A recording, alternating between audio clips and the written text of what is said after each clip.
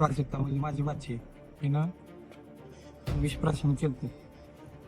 तर 11 तारखेला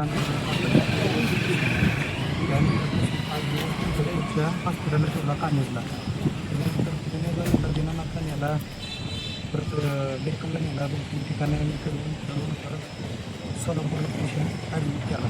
15 दिवस तिथे होता. हॉस्पिटलला नेला थोडं. तर आज त्याला 1.5 महिना झालं आरोपी फरार आहे. तर अजून का रे आम्हाला कुठंच न्याय भेटलेला नाही आहे. आज आमचं माणूस गेले तर आम्हाला न्याय मिळावा हीच आमच्या त्याच्यासाठी आम्ही पोलीस स्टेशनला बाचली काढून आम्ही बसलो तर आम्हाला न्याय हवा आहे.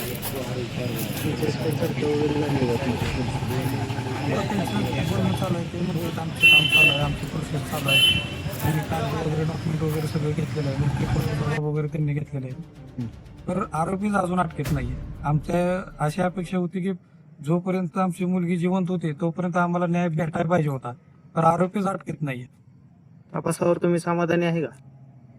आम्हाला जसं पाहिजे तसं तपास आमचा झालाच नाही ना आमच्या मनाजोगा.